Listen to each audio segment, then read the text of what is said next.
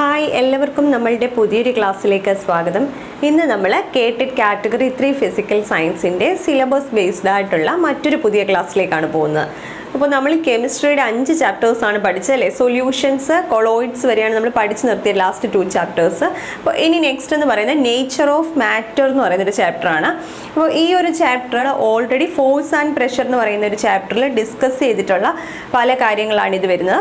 അപ്പോൾ എന്നാലും നമ്മളതൊന്ന് പെട്ടെന്ന് റിവൈസ് ചെയ്ത് പോവുകയാണ്. അപ്പോൾ എന്നിട്ട് അതിൽ നിന്ന് ഇമ്പോർട്ടൻ്റ് ആയിട്ട് ചോദിച്ചിട്ടുള്ള കുറച്ച് ക്വസ്റ്റ്യൻസോട് നമുക്കൊന്ന് വേഗത്തിൽ ഡിസ്കസ് ചെയ്യാം. ഓക്കെ, അപ്പോൾ ഇന്നത്തെ ക്ലാസ്സിലേക്ക് പോകാം. Nature of matter. അപ്പോൾ ഈ ഒരു ചാപ്റ്ററിൽ ഫസ്റ്റ് നമുക്ക് നേച്ചർ ഓഫ് മാറ്റർ എന്ന് പറയുന്നതിൽ 3 സ്റ്റേറ്റ്സ് ഓഫ് മാറ്റർ ആണ് നമ്മൾക്ക് ആദ്യം ഡിസ്കസ് ചെയ്യാനുള്ളത്. അപ്പോൾ നമുക്കറിയാം എല്ലാ ഒബ്ജക്റ്റുകളുടെയും അടിസ്ഥാനമായിട്ടുള്ളൊരിതാണ് മാറ്റർ എന്ന് പറയുന്നത് അല്ലേ. അപ്പോൾ ഈ മാറ്റർ 3 സ്റ്റേറ്റ്സിലാണ് മെയിൻലി കാണപ്പെടുന്നത്. ഏതൊക്കെയാണ് 3 സ്റ്റേറ്റ്സ് ഓഫ് മാറ്റർ എന്ന് പറയുന്നത്? Solid, liquid, gas. ഈ 3 സ്റ്റേറ്റും നമുക്ക് വളരെ ഫെമിലിയർ ആയിട്ടുള്ളതാണ് അല്ലേ. Solid, liquid, gas. അങ്ങനെയാണെങ്കിൽ 4th സ്റ്റേറ്റ് എന്തായിരിക്കും? ജസ്റ്റ് ഒന്ന് അറിഞ്ഞിരിക്കുക. 4th സ്റ്റേറ്റ് എന്ന് പറയുന്നത് എന്തായിരിക്കും? പ്ലാസ്മ ആയിരിക്കും എന്ന് ഓർത്തിരിക്കുക കേട്ടോ. പ്ലാസ്മയാണ് 4th സ്റ്റേറ്റ് എന്ന് പറയുന്നത്. 4th സ്റ്റേറ്റ് ഓഫ് മാറ്റർ എന്താണ്? പ്ലാസ്മയാണ്. അങ്ങനെയാണെങ്കിൽ 5th സ്റ്റേറ്റ് എന്താണ്? ബോസ് ഐൻസ്റ്റൈൻ കണ്ടൻസേറ്റ് എന്നാണ് പറയുക. ബോസ് ഐൻസ്റ്റൈൻ കണ്ടൻസേറ്റ് ഓർത്തിരിക്കുക കേട്ടോ. ഓക്കെ, ബോസ് ഐൻസ്റ്റൈൻ കണ്ടൻസേറ്റ് അല്ലെങ്കിൽ BE കണ്ടൻസേറ്റ് എന്ന് പറയുന്നതാണ് 5th സ്റ്റേറ്റ് ഓഫ് മാറ്റർ എന്ന് പറയുന്നത്. 4th സ്റ്റേറ്റ് പ്ലാസ്മയാണ്, 5th state Bose Einstein condensate ആണ്. അങ്ങനെയാണെങ്കിൽ 6th സ്റ്റേറ്റ് എന്ന് പറയുന്നത് എന്താണ്? ഫെർമയോണിക് കണ്ടൻസേറ്റ് ആണ്. Fermionic condensate. ഓക്കെ, അപ്പോൾ ഈ ഒരു ഇതൂടെ അറിഞ്ഞിരിക്കുക. 4th, 5th, 6th. അപ്പോൾ നമ്മളോട് 6th സ്റ്റേറ്റ് ഏതാണെന്ന് എങ്ങനെ ഒരു ക്വസ്റ്റ്യൻ ചോദിക്കുകയാണെങ്കിൽ അതിൻ്റെ ആൻസർ ഏതായിരിക്കും വരിക? 6th സ്റ്റേറ്റ് എന്ന് പറയുമ്പോൾ ഫെർമയോണിക് കണ്ടൻസേറ്റ് ആയിരിക്കും. ഓക്കെ, അപ്പോൾ 4th സ്റ്റേറ്റ് പ്ലാസ്മയാണ്, 5th state Bose Einstein condensate ആണ്, 6th സ്റ്റേറ്റ് എന്ന് പറയുന്നത് എന്താണ്? ഫെർമയോണിക് കണ്ടൻസേറ്റ് ആണ്. ഇപ്പോൾ നമ്മളുടെ സിലബസിൽ പറഞ്ഞിരിക്കുന്ന 3 സ്റ്റേറ്റ്സ് ഓഫ് മാറ്റർ, അതിൻ്റെ ജനറൽ ക്യാരക്ടറിസ്റ്റിക്സ് എന്നാണ് പറഞ്ഞിരിക്കുന്നത്. നമുക്കറിയാം മാറ്റർ എന്ന് പറയുമ്പോൾ മെയിൻലി നമ്മൾ ഫസ്റ്റ് 3 ക്ലാസിഫിക്കേഷൻ പറയുന്നത് സോളിഡ്, ലിക്വിഡ് ആൻഡ് ഗ്യാസ് ആണ്. അപ്പോൾ ഇതിൽ മേജർ ആയിട്ട് വരുന്ന ക്യാരക്ടറിസ്റ്റിക്സ് ജസ്റ്റ് ഒന്ന് നോക്കി പോയേച്ചാൽ മാത്രം മതി. നമുക്കറിയാവുന്ന കാര്യങ്ങളേ ഉള്ളൂ. സോളിഡ് ആണെങ്കിൽ അതിലെ മോളിക്യൂളുകൾ അറേഞ്ച് ചെയ്തിരിക്കുന്ന കണ്ടല്ലോ, എന്താണ്? വളരെ ക്ലോസ്ലി പാക്ഡ് ആണ്. അതുകൊണ്ട് തന്നെ എന്താണ്? വെരി റിജിഡ് ആയിരിക്കും. ലിക്വിഡ്സിലേക്ക് വരുമ്പോൾ നോട്ട് റിജിഡ്. ഗ്യാസസ് ഓൾസോ എന്താണ്? നോട്ട് റിജിഡ് ആണ്. ദെൻ സോളിഡ്സിന് ഫിക്സഡ് ഷേപ്പും ഉണ്ട്, ഫിക്സഡ് വോളിയവും ഉണ്ട്. ഓക്കെ, ഡെഫിനിറ്റ് ഷേപ്പും ഡെഫിനിറ്റ് വോളിയവും ഉള്ള മാറ്ററിൻ്റെ ഒരു അവസ്ഥയാണ് സോളിഡ്സ് എന്ന് പറയുന്നത്. ലിക്വിഡ്സിലേക്ക് വരുമ്പോൾ എന്താണ്? ഫിക്സഡ് ഷേപ്പ് ഒന്നുമില്ല. ഏത് വെസലിലാണോ എടുക്കുന്നത് ആ വെസലിൻ്റെ ഷേപ്പ് ആയിരിക്കും ഇതിനുണ്ടായിരിക്കുക. ഓക്കെ ആണല്ലോ, ബട്ട് അതിനൊരു ഫിക്സഡ് വോളിയം ഉണ്ട്. ഓക്കെ ആണല്ലോ. ദെൻ ഗ്യാസസിലേക്ക് വരുമ്പോൾ no fixed shape and no fixed volume. അപ്പോൾ ഗ്യാസ് എന്ന് പറയുന്നത് എന്താണ്? അതിനൊരു ഫിക്സഡ് ഷേപ്പുമില്ല, ഒരു ഫിക്സഡ് വോളിയവും ഇല്ല. ഓക്കെ, ദെൻ അതിൻ്റെ ഇൻ്റർമോളിക്കുലർ ഫോഴ്സുകളെ പറ്റി പറയുകയാണ്. എന്താണ് ഇൻ്റർമോളിക്കുലർ ഫോഴ്സ് എന്ന് പറയുന്നത്? എല്ലാ മാറ്ററും മേഡപ്പ് ഓഫ് എന്താണ്? മോളിക്യൂൾസ് ആണ്. മോളിക്യൂളുകൾ കൊണ്ടാണ് മാറ്റർ നിർമ്മിച്ചിരിക്കുന്നത് അല്ലേ. അല്ലെങ്കിൽ അതിൻ്റെ അതിസൂക്ഷ്മ കണങ്ങൾ എന്ന് പറഞ്ഞ് നമ്മൾ ആറ്റം എന്ന് പഠിക്കാറുണ്ട്. അപ്പോൾ മോളിക്യൂളുകൾ കൊണ്ടാണ് മാറ്റർ ഉണ്ടാക്കിയിരിക്കുന്നത്. ഈ മോളിക്യൂളുകൾക്ക് ഇടയിലുള്ള അകലം അല്ലേ, ആ അകലം എന്ന് പറയുന്നത് എന്താണ്? ആ ഒരു ഫോഴ്സ് അനുസരിച്ചിട്ടായിരിക്കും. അപ്പോൾ ഇൻ്റർമോളിക്കുലർ ഫോഴ്സ് വളരെ കൂടുതലാണെങ്കിൽ എന്താണ്? Strong molecular force of attraction ആയിരിക്കും. എന്നാൽ ചില മാറ്ററിലേക്ക് വരുമ്പോൾ എന്താണ്? ആ ഇന്റർമോളിക്കുലർ ഫോഴ്സ് എന്ന് പറയുന്നത് കുറവായിരിക്കും. അപ്പോൾ ഫോഴ്സ് ഓഫ് അട്രാക്ഷൻ എന്താണ്? കുറവാണ്. അപ്പോൾ അവരുടെ റിജിഡിറ്റി അവിടെ കുറയുവാണ്. ഓക്കെ, എന്നാൽ സോളിഡ്സിൽ എന്താണ്? സ്ട്രോങ് ഇന്റർമോളിക്കുലർ ഫോഴ്സസ് ആണ്. ക്ലോസ്ലി പാക്ഡ് ആയതുകൊണ്ട് തന്നെ എല്ലാ മോളിക്യൂളുകളും തമ്മിലുള്ള ഫോഴ്സ് ഓഫ് അട്രാക്ഷൻ വളരെ കൂടുതലാണ്. ലിക്വിഡ്സിലേക്ക് വരുമ്പോൾ വീക്ക് ഇന്റർമോളിക്കുലർ ഫോഴ്സസ് ആണ്. എന്നാൽ ഗ്യാസസിലേക്ക് വരുമ്പോൾ ഈ ഇന്റർമോളിക്കുലർ ഫോഴ്സസ് എന്ന് പറയുന്നത് തന്നെ ഇല്ല എന്ന് പറയാം. നെഗ്ലിജിബിൾ ആണ്, വെരി ഫ്രീ ആണ് അല്ലേ. ഗ്യാസ് മോളിക്യൂൾസ് എന്ന് പറഞ്ഞാൽ വെരി ഫ്രീ ടു മൂവ് ആണ്. അപ്പോൾ least compressibility and thermal expansion ആയിരിക്കും സോളിഡ്സിൻ്റെ കേസിൽ. അതുകൂടെ ഒന്ന് ഓർത്തിരിക്കുക. കംപ്രസിബിലിറ്റി അതേപോലെ തന്നെ തെർമൽ എക്സ്പാൻഷൻ. എന്താണ് തെർമൽ എക്സ്പാൻഷൻ എന്ന് പറഞ്ഞാൽ? ടെമ്പറേച്ചർ കൂടുന്നതിനനുസരിച്ച് അല്ലെങ്കിൽ ഹീറ്റ് കൊടുത്തുകൊണ്ട് ടെമ്പറേച്ചർ ഇൻക്രീസ് ചെയ്യുന്നതിനനുസരിച്ച് അത് എക്സ്പാൻഡ് ചെയ്യുമോ ഇല്ലയോ എന്നുള്ളതാണ് അല്ലേ. സോളിഡ്സ് എന്ന് പറഞ്ഞാൽ വളരെ കുറച്ച് മാത്രമേ ടെമ്പറേച്ചറിനനുസരിച്ച് എന്താണ്? എക്സ്പാൻഡ് ചെയ്യാറുള്ളൂ. സോ ലീസ്റ്റ് കംപ്രസിബിലിറ്റിയുമാണ്. തെർമൽ എക്സ്പാൻഷൻ വളരെ കുറവുമാണ്. കംപ്രസിബിലിറ്റി എന്ന് പറഞ്ഞാൽ എന്താണ്? അതിനെ നമ്മൾ കംപ്രസ് ചെയ്യുക, ഒരു അതിൻ്റെ ആ വോളിയം കുറച്ചു കൊണ്ടുവരിക അല്ലേ, കംപ്രസ് ചെയ്യാനുള്ള ഒരു കഴിവ്. സോ കംപ്രസിബിലിറ്റി, തെർമൽ എക്സ്പാൻഷൻ കുറവാണ്. ഒന്ന് പഠിക്കുക, ദെൻ കമ്പയർ ചെയ്ത് അടുത്തത് നമുക്ക് വേഗം കിട്ടും. ഇവിടെ വീക്ക് ഇന്റർമോളിക്കുലർ ഫോഴ്സസ് ആണ്. കംപ്രസിബിലിറ്റിയും തെർമൽ എക്സ്പാൻഷൻ എന്ന് പറഞ്ഞാൽ എന്താണ്, സോളിഡ്സിനേക്കാൾ കുറച്ചുകൂടെ സ്ലൈറ്റ്ലി ഹയർ ആണ്. എക്സാമ്പിൾ ലിക്വിഡ്സിന് എക്സാമ്പിൾ വാട്ടർ, അതുപോലെ തന്നെ സോളിഡ്സിന് എക്സാമ്പിൾ അയൺ, നിക്കൽ, അങ്ങനത്തെ ഒക്കെ മെറ്റീരിയലുകൾ. ദെൻ ഗ്യാസസിലേക്ക് വരുമ്പോൾ എന്താണ്, നോട്ട് റിജിഡ്. ഗ്യാസസ് എന്ന് പറയുന്നത് എന്താണ്, റിജിഡ് അല്ല, ഫിക്സഡ് ഷേപ്പും ഫിക്സഡ് വോളിയവും ഇല്ലാത്തവയാണ്. ഇന്റർമോളിക്കുലർ ഫോഴ്സസ് നെഗ്ലിജിബിൾ ആണ്.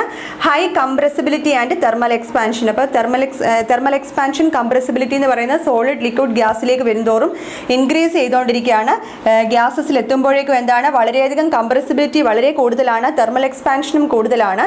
എന്നാൽ ഇന്റർമോളിക്കുലർ ഫോഴ്സ് ഓഫ് അട്രാക്ഷൻ എന്ന് പറയുന്നത് നെഗ്ലിജിബിൾ ആണ്, ഫിക്സഡ് ഷേപ്പും ഫിക്സഡ് വോളിയവും ഇല്ല.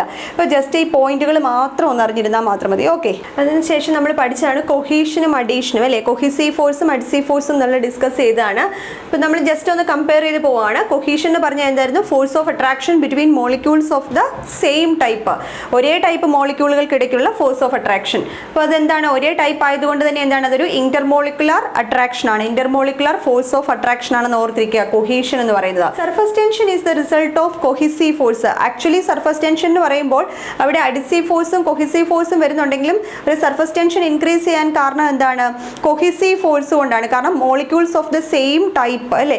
ഇപ്പോൾ വാട്ടറിന്റെ സർഫസ് ടെൻഷന് കാരണം എന്താണ്, വാട്ടർ ഡ്രോപ്ലെറ്റ്സിനകത്ത് ഇടയ്ക്ക് ഉണ്ടാകുന്ന എന്താണ്, ഒരു strong intermolecular force of attraction കൊണ്ടാണ് അതൊരു സ്ട്രെച്ച്ഡ് മെംബ്രെയിൻ ആയിട്ട് ആക്ട് ചെയ്യുന്നത്. സോ കൊഹീസീവ് ഫോഴ്സ് എന്ന് പറയുന്നതാണ് സർഫസ് ടെൻഷന്റെ ഒരു reason. So surface tension is a result of cohesive force, അത് ഓർത്തിരിക്കുക. എക്സാമ്പിൾ കൊടുത്തിട്ടുണ്ട്, water droplets clumping together. Water ഡ്രോപ്ലെറ്റ്സുകൾ പരസ്പരം ചേർന്നൊരു വലിയ ഡ്രോപ്പ് ആയിട്ടിരിക്കുന്നു, അല്ലെങ്കിൽ അവർ പരസ്പരം ചേർന്നിരിക്കുന്നു എന്ന് പറയുന്നത് കൊഹീഷന് എക്സാമ്പിൾ ആണ്. നെക്സ്റ്റ് അഡീഷൻ ആണ്. അഡീഷനിലേക്ക് വരുമ്പോൾ force of attraction between molecules of different substances ആണ്, അല്ലെങ്കിൽ ഡിഫറെന്റ് ടൈപ്സ് ആണ്. അതൊരു ഇൻട്രാമോളിക്കുലർ അട്രാക്ഷൻ ആണ്. ഇൻട്രാമോളിക്കുലർ ഫോഴ്സ് ഓഫ് അട്രാക്ഷൻ ആയിരിക്കും ഏത്, അഡീഷൻ എന്ന് പറയുന്നത്. അത് ഡിഫറെന്റ് ടൈപ്പ് മോളിക്യൂൾസ് തമ്മിലാണ്, ഡിഫറെന്റ് സബ്സ്റ്റൻസസിലെ മോളിക്യൂളുകൾ തമ്മിലുള്ള ഒരു ഫോഴ്സ് ഓഫ് അട്രാക്ഷൻ ആണ്. ഒരു ഗ്ലാസ് സ്ലൈഡിൽ പറ്റി പിടിച്ചിരിക്കുന്ന കുറച്ച് വാട്ടർ ഡ്രോപ്ലെറ്റ്സ്, അവിടെ എന്താണ്, അവിടെ ഗ്ലാസ്സിലെ മോളിക്യൂൾസും ഈ വാട്ടറിനകത്തെ മോളിക്യൂൾസും തമ്മിലുള്ള ഫോഴ്സ് ഓഫ് അട്രാക്ഷൻ, അതാണ് ഇൻട്രാമോളിക്കുലർ അട്രാക്ഷൻ എന്ന് പറയുന്നത്, അതാണ് adhesion. Then capillary action is the result of adhesive force. അത് കൃത്യമായിട്ട് ഓർത്തിരിക്കുക. കാപ്പിലറി റൈസ്, ഒരു വാട്ടർ എടുത്തിരിക്കുന്ന ഒരു വെസലിൽ അതിൽ നമ്മൾ കാപ്പിലറി ട്യൂബ് ഡിപ്പ് ചെയ്യുമ്പോൾ എന്ത് സംഭവിക്കും, ആ ട്യൂബിനുള്ളിലൂടെ വാട്ടർ മുകളിലേക്ക് കയറിപ്പോകും അല്ലേ. അപ്പോൾ അതാണ് നമ്മൾ കാപ്പിലറി റൈസ് എന്ന് പറഞ്ഞ് പഠിച്ചത്. ആ കാപ്പിലറി ആക്ഷൻ എന്തിന് കാരണമാണ്, എന്തുകൊണ്ട് സംഭവിക്കുന്നതാണ്, adhesive force greater than cohesive force ആയിട്ടാണ്. കാരണം ആ വാട്ടർ ഡ്രോപ്ലെറ്റും ആ ഗ്ലാസിന്റെ സർഫസും തമ്മിലുള്ള ഇൻട്രാമോളിക്കുലർ ഫോഴ്സ് ഓഫ് അട്രാക്ഷൻ എന്ന് പറയുന്നത് സെയിം ടൈപ്പ് വാട്ടർ മോളിക്യൂൾസിനിടയ്ക്ക് ഉണ്ടാകുന്ന എന്ത് ഫോഴ്സ്, കൊഹീസീവ് ഫോഴ്സിനേക്കാൾ ഗ്രേറ്റർ ആയതുകൊണ്ടാണ് അവിടെ എന്താണ് കാപ്പിലറി റൈസ് സംഭവിക്കുന്നത്. അപ്പോൾ ആ ഒരു കാപ്പിലറി റൈസിന് കാരണം, അല്ലെങ്കിൽ കാപ്പിലാരിറ്റിക്ക് കാരണം അഡിസീവ് ഫോഴ്സ് ആണെന്ന് ഓർത്തിരിക്കുക. സർഫസ് ടെൻഷൻ ആണെങ്കിൽ it is a result of cohesive force ആണ്. ഇത് ചോദിച്ചിട്ടുള്ള ക്വസ്റ്റൻ ആണ്.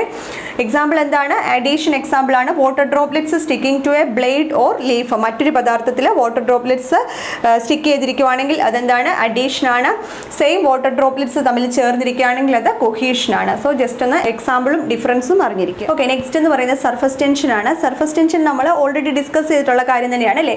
സർഫസ് ടെൻഷൻ ഡിനോട്ട് ചെയ്യുന്ന ലെറ്റർ ക്യാപിറ്റൽ ടി ആയിരുന്നു. F/L ആണ് അല്ലേ. എഫ് എന്ന് പറഞ്ഞാൽ എന്താണ്, ഫോഴ്സ് പെർ യൂണിറ്റ് ലെങ്തും, എൽ എന്ന് പറയുമ്പോൾ length along which the force acts അല്ലേ. അപ്പോൾ ഇതെന്ന് പറഞ്ഞാൽ ഫോഴ്സ് ബൈ ലെങ്ത് ആണ് സർഫസ് ടെൻഷൻ. ഒരു ലിക്വിഡിന്റെ സർഫസ് ഒരു സ്ട്രെച്ച്ഡ് ഇലാസ്റ്റിക് മെംബ്രെയിൻ ആയിട്ടല്ലേ വലിഞ്ഞു മുറുകി നിൽക്കുന്ന ഒരു പാട പോലെ. അപ്പോൾ അതിനെയാണ് നമ്മൾ സർഫസ് ടെൻഷൻ, ആ ഒരു ഫോഴ്സിനെയാണ് നമ്മൾ സർഫസ് ടെൻഷൻ എന്ന് വിളിച്ചത്. F/L ആണ്. SI യൂണിറ്റ് എന്തായിരുന്നു പഠിച്ച, ന്യൂട്ടൺ പെർ മീറ്റർ ആണ്. CGS സിസ്റ്റത്തിലെ യൂണിറ്റ് എന്താണ് പഠിച്ചത്, ഡൈൻ പെർ സെന്റിമീറ്റർ ആണ്. മറ്റൊരു യൂണിറ്റ് കൂടെ പറയുവാണ് ഇവിടെ. സർഫസ് എനർജിയും സർഫസ് ടെൻഷനും സെയിം ആണ്. നമുക്കറിയാം സർഫസ് ടെൻഷൻ എന്ന് പറഞ്ഞാൽ എന്താണ്, ഇന്റർമോളിക്കുലർ ഫോഴ്സ് ഓഫ് അട്രാക്ഷൻ കൂടിയ, ശരിക്കും ഒരു ലിക്വിഡിന്റെ സർഫസിലുള്ള മോളിക്യൂളുകൾ തമ്മിലുള്ള ഒരു സ്ട്രോങ് ഇന്റർമോളിക്കുലർ ഫോഴ്സ്, അത് കാരണമാണ് ഇതൊരു സ്ട്രെച്ച്ഡ് ഇലാസ്റ്റിക് മെംബ്രെയിൻ ആയിട്ട് ആക്ട് ചെയ്യുന്നത്. അപ്പോൾ which is equal to the surface energy ആണ്. അത് എന്ത് തന്നെയാണ്, equivalent to the surface energy ആണ്.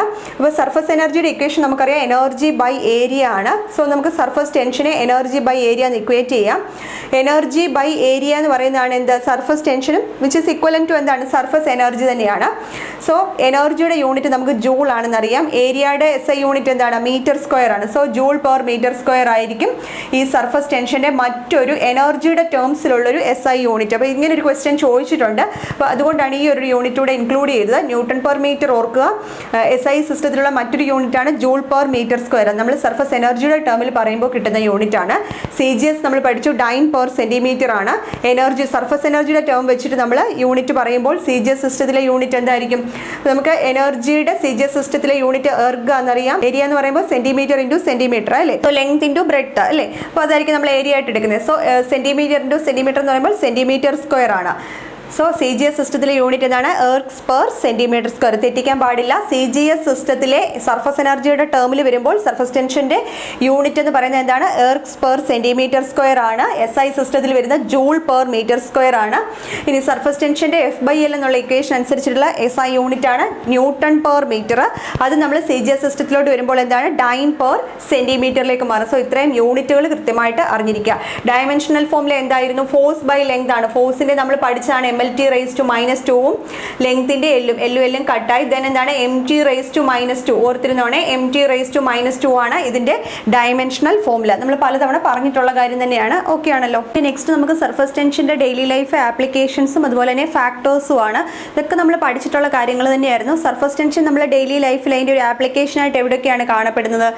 നമ്മൾ ഒരു വെസലിൽ എടുത്തിരിക്കുന്ന വാട്ടർ, ആ വാട്ടറിന്റെ സർഫസിൽ ഒരു സ്റ്റെയിൻലെസ് സ്റ്റീലിന്റെ ബ്ലേഡ് ഫ്ലോട്ട് ചെയ്ത് നിൽക്കുന്നു അല്ലേ?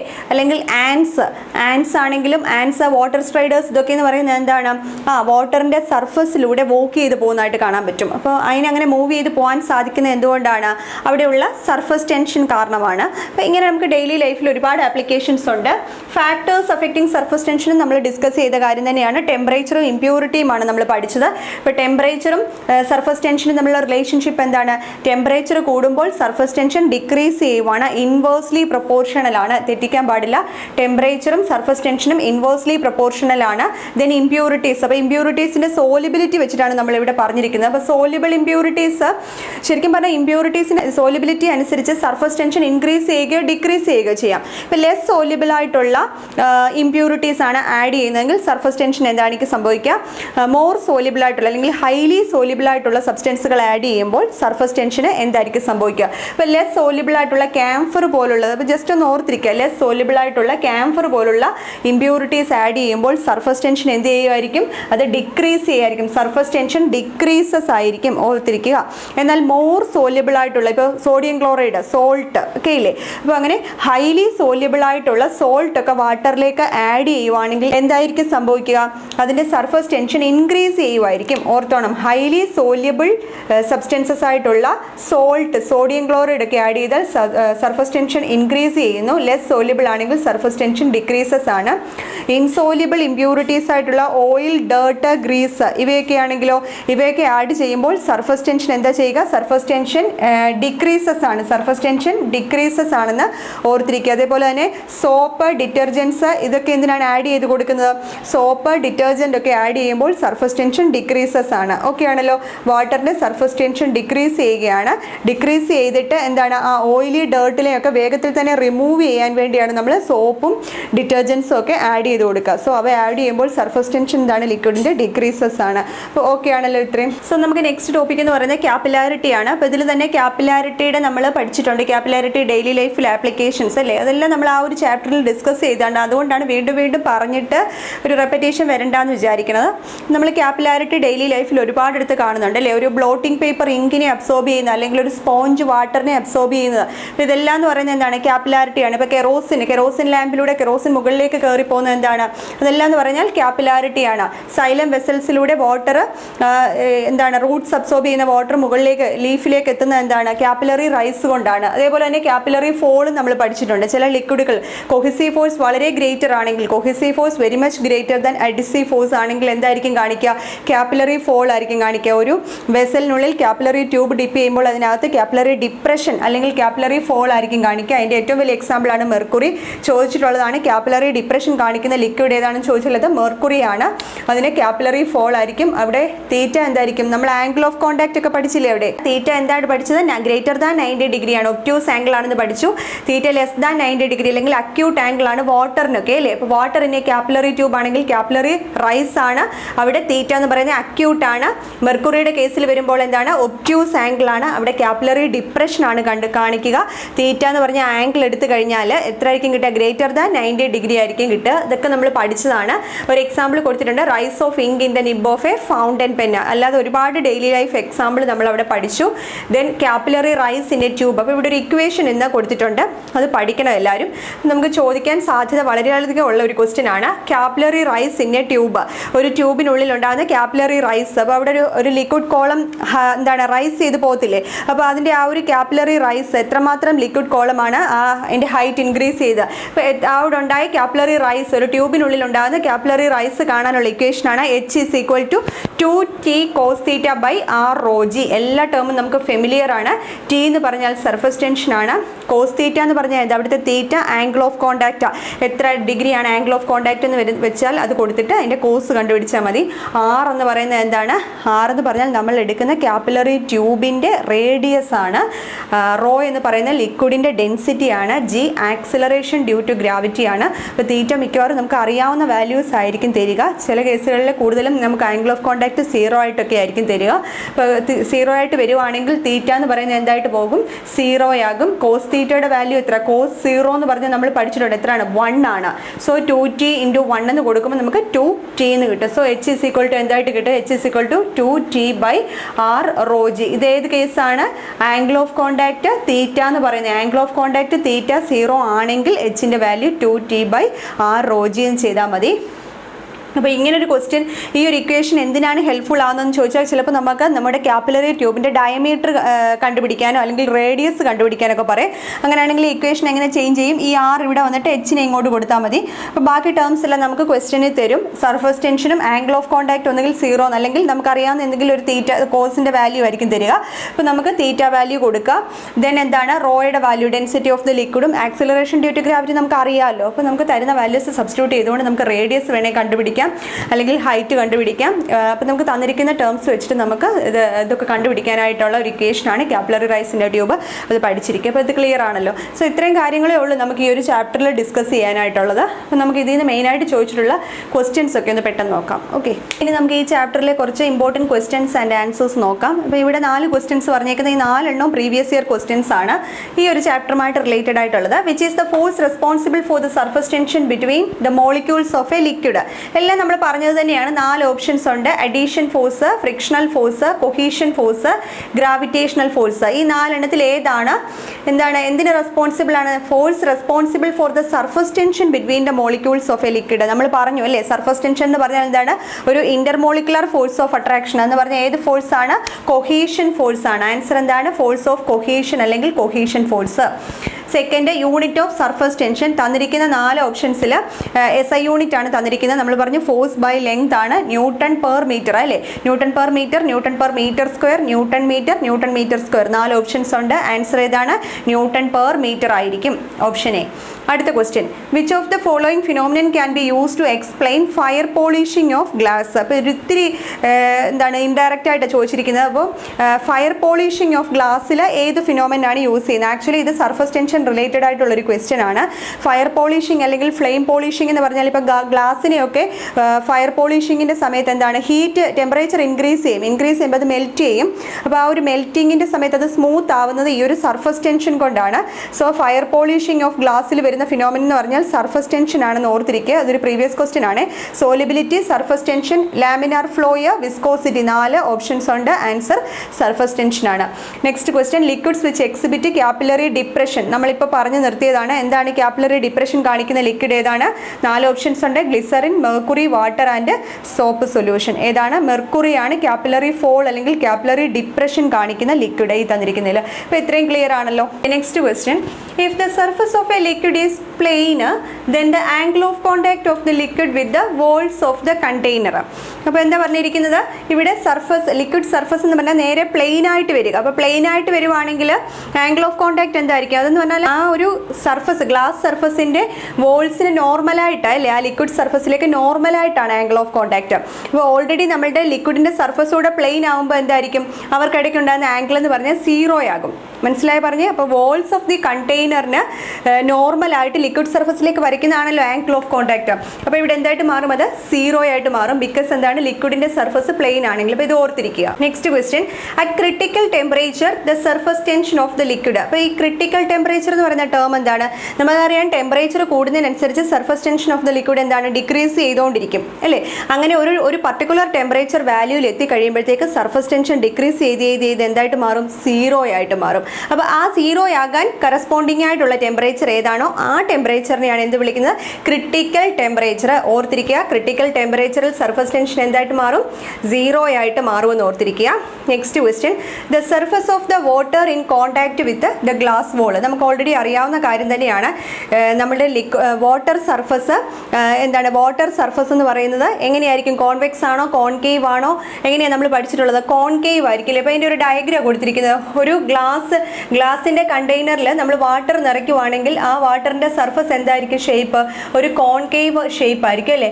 ആംഗിൾ ഓഫ് കോൺടാക്ട് എന്ന് പറഞ്ഞാൽ അക്യൂട്ട് ആണെന്നൊക്കെ നമ്മൾ പഠിച്ചിട്ടുണ്ട്. അപ്പോൾ അതൊരു കോൺകേവ് ആയിരിക്കും. ഇനി മെർക്കുറി ആയിരുന്നെങ്കിലോ കോൺവെക്സ് ആയിട്ടായിരിക്കും നമുക്ക് കിട്ടുക അല്ലേ? നേരെ തിരിച്ച് മെർക്കുറിയാണ് നമ്മൾ എടുക്കുന്നതെങ്കിൽ എങ്ങനെയായിരിക്കും വരിക? ഇങ്ങനെയായിരിക്കും അതിൻ്റെ ഷേപ്പ് വരിക അല്ലേ? ഒരു കോൺവെക്സ് മെനിസ്കസ് ആയിരിക്കും കിട്ടുക. Next question, if common salt is dissolved in water then the surface tension എന്ത് സംഭവിക്കും? ഉപ്പ്, നമ്മുടെ sodium chloride, common salt dissolve ചെയ്യുവാണെങ്കിൽ എന്ത് സംഭവിക്കുന്ന പഠിച്ചത്? സർഫസ് ടെൻഷൻ ഇൻക്രീസസ് എന്നാണ് പഠിച്ചത് അല്ലേ? മോർ സോലിയബിൾ ആണ്. Rain drops are spherical. എന്തുകൊണ്ടാണ് റെയിൻ ഡ്രോപ്സിന് സ്പെറിക്കൽ ഷേപ്പ് വരാൻ കാരണം എന്താണ്? നമ്മൾ പഠിച്ചു, സർഫസ് ടെൻഷൻ കൊണ്ട് അല്ലേ? കൊഹീസീവ് ഫോഴ്സ് കൂടുതലായതുകൊണ്ടാണ്. സോ സർഫസ് ടെൻഷൻ കാരണമാണ്. Last question, as temperature increases surface tension of a liquid. നമ്മൾ പല പ്രാവശ്യം പഠിച്ചു, ഇമ്പോർട്ടൻ്റ് ആണ്, അതുകൊണ്ടാണ് വീണ്ടും പറയുന്നത്. Surface tension of a liquid decreases with increase in temperature ആണെന്ന് ഓർത്തിരിക്കുക. അപ്പോൾ ഇത്രയും ക്വസ്റ്റ്യൻസ് ആണ് സർഫസ് ടെൻഷൻ ക്യാപിലാരിറ്റി റിലേറ്റഡ് ആയിട്ട് ചോദിച്ചിട്ടുള്ളതും ചോദിക്കാൻ സാധ്യതയുള്ളതായിട്ടുള്ള ക്വസ്റ്റ്യൻസ്. അപ്പോൾ ഇന്നത്തെ ക്ലാസ് എല്ലാവർക്കും മനസ്സിലായെന്ന് വിചാരിക്കുന്നു. നമ്മൾ ഓൾറെഡി പഠിച്ച് ഡിസ്കസ് ചെയ്ത ചാപ്റ്റർ ആയതുകൊണ്ട് ഒരു റിവിഷൻ പോലെ ജസ്റ്റ് ഒന്ന് വേഗത്തിൽ പറഞ്ഞതാണ്. അപ്പോൾ ഈ ക്വസ്റ്റ്യൻസ് പഠിക്കുക, ഈ ചാപ്റ്റർ നല്ല ഇമ്പോർട്ടൻസ് കൊടുത്ത് പഠിക്കുക. അപ്പോൾ ഇവിടെ നിന്നുള്ള ക്വസ്റ്റ്യൻസ് ഒരുപാട് ചോദിച്ച് കാണാറുണ്ട്. നന്നായിട്ട് പഠിക്കുക. അടുത്തൊരു ചാപ്റ്ററുമായിട്ട് നമുക്ക് നെക്സ്റ്റ് ക്ലാസ്സിൽ കാണാം. താങ്ക്